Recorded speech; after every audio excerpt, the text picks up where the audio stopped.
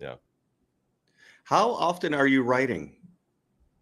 Yeah, in spurts. Well, first, how often are you writing?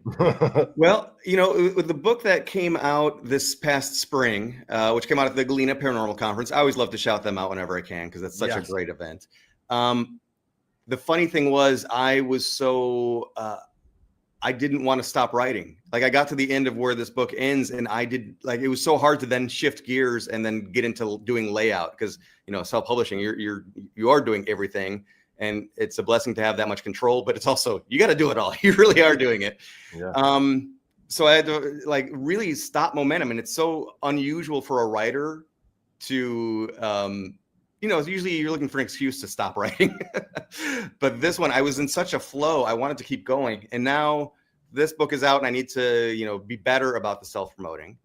I'm never really good at that, but I'm hopefully getting a little better.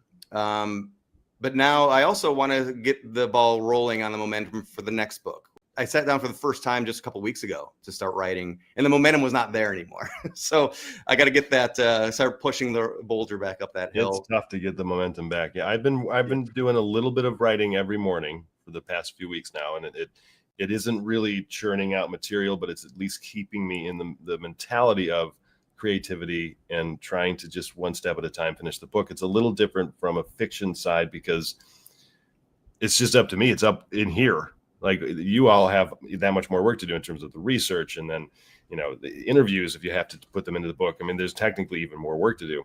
But oddly enough, there can be that much more of a block because it's just me. I just have to come up with this. And sometimes you don't. Sometimes you just don't come up with it. I've got this plan that I've been doing the last decade or so that the book I'm working on, I have another book that a pet project book that I want to do because, for instance, my latest book is Supernatural Lake Superior. And there were times when I was writing it where I was just sick of writing about a haunted lighthouse or that I felt like my writing turned it all to almost the same story almost. So I said, I'm going to put this aside. I've got this lumberjack book of folklore that I really want to finish, but I'm going to work on that for a week until that desire comes back. Yeah.